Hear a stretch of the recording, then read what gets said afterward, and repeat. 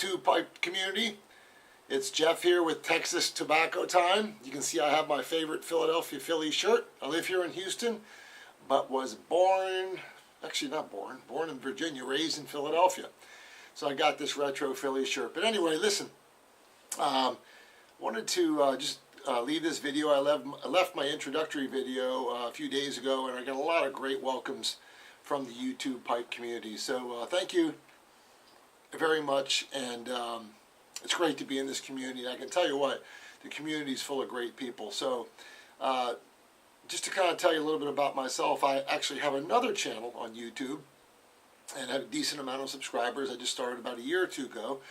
So this is not a shameless plug, it's just trying to prove a point. But if you look at Executive Gardener, I'm actually a fairly big into gardening and growing fruit and vegetables and all that.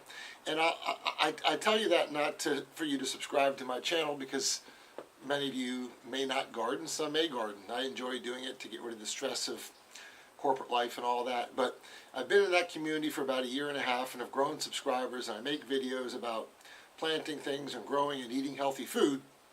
And it's really interesting because that community, albeit gardening community, is probably bigger on YouTube than pipe smokers or cigar smokers.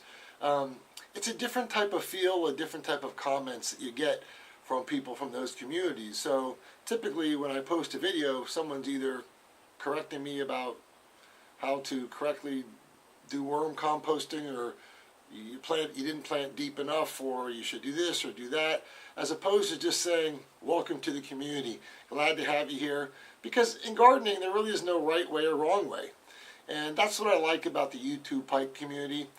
Everybody that's reached out to me has said, welcome here. As most of you know, and you watched my intro video, I've been in the cigar business for a very long time. So I'm a novice at pipe smoking. So actually, I've got about 10 pipes, but I bought this pipe, actually, Scott, from Aristocob. I got this corn cob pipe, and I'm trying to get over the tongue bite. And I've read that corn cob pipes smoke a little cooler, and I'll figure it out. So Scott, thanks. I actually got 5 pipes from you so far, so I really enjoy this, and I have this with some Hearth and Home eggnog for the holidays. So I'm really enjoying it, but I'm learning a lot. I watch a lot of videos from all of you who actually are subscribers for my channel to learn how to smoke cigars, what to smoke, and what to do, what not to do, but in a very friendly way, not like the gardening community. So thanks for welcoming me. I'll continue to learn, and I look forward to getting into some of the trades. You know, a few observations about the pipe community, which I think is pretty cool. So in my field, I'm in large group benefit healthcare, and in healthcare, there's a ton of acronyms, whether it's HCFA, NCQA, CMS, ICD-10. I mean, we're in a world of healthcare of acronyms. That's why it's so darn complicated. But in this community, I'm trying to figure out the acronyms as well. So you have VR, you've got yet another box opening, Yabo, and some other ones. So if you're doing your videos, help us out with the acronyms for us newbies, because we're trying to interpret that. But it's kind of cool. You got your own lingo there, and I appreciate that. The other thing which I found out in the pipe community, which I love, because of my career and my profession, I pretty much have to keep clean shaven, no beard, no mustache. And I got to tell you, man, I'm a big fan of Duck Dynasty, big fan of beards and facial hair.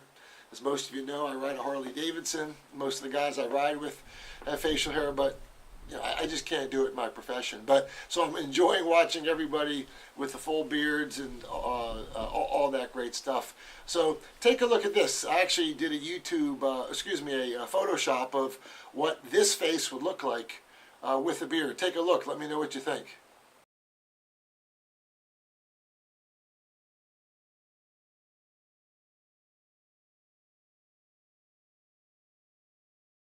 So I can't pull it off like the Dagners and some other folks, but it's fun to look at. I gave you a gray beard shot and a black beard shot. Let me know which one you look best. And leave me a comment. Let me know if I look better with a beard than without a beard. So I don't care. It won't hurt my feelings. It's all for fun. But in all seriousness, I wanted to tell you a few other things which I think is kind of interesting. So If any of you in the YouTube pipe community have grown tobacco, let me know. So after 13 years in the business, visiting multiple factories in the Dominican, Honduras, in the cigar business, and seeing multiple, whether it's a Connecticut broadleaf or Connecticut shade wrapper, Cuban, whatever the case may be, Cameroon. I thought it was easy to grow tobacco. So actually, one year I decided I'm going to grow my own tobacco. So I'm here in Sugar Land, Texas. I have a ranch out near Branham, about 5-6 acres. So I decided, you know what? I can do this. I ordered some seeds from eBay. I ordered 3 or 4 different seeds. They came in, and I grew it. So you got, if those who haven't grown tobacco on your own, you got to really, the seeds are extremely small, about the size of a grain of sand, and basically you have to start it indoors, indoor lights, otherwise it'll blow away. You have to really take care of it. Once it gets starting, from a seedling, you can do it. So these little pieces of sand, they grow up in 4 to 6 months to be 7-8 foot plants, and the easy part was growing it. And I had 2 greenhouses and all this great stuff. So I grew 4 or 5 different varieties, and my plan was to kind of make my own cigar, not to sell it, but to enjoy it for myself and maybe share it with some friends. Well, I got a ton of leaves, and it's kind of like the analogy of the dog that chases the car. What the hell is it going to do with it once it gets the car? Same thing with this. So with growing tobacco, I grew all these leaves, I cut them down, chopped the plants up. I did it organically, so I had to deal with the pests and the caterpillars and all that. And so after 4 or 5 months, I get it, and I got all these leaves. So let me show you a quick picture of what my country house.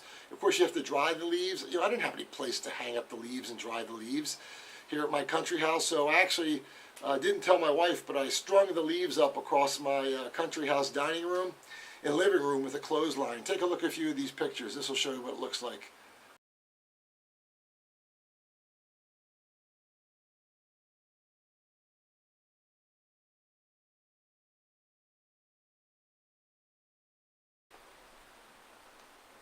Well, needless to say, my wife wasn't too happy about it. So I left those tobacco leaves up, and probably for about 3 or 4 weeks, they dried pretty good.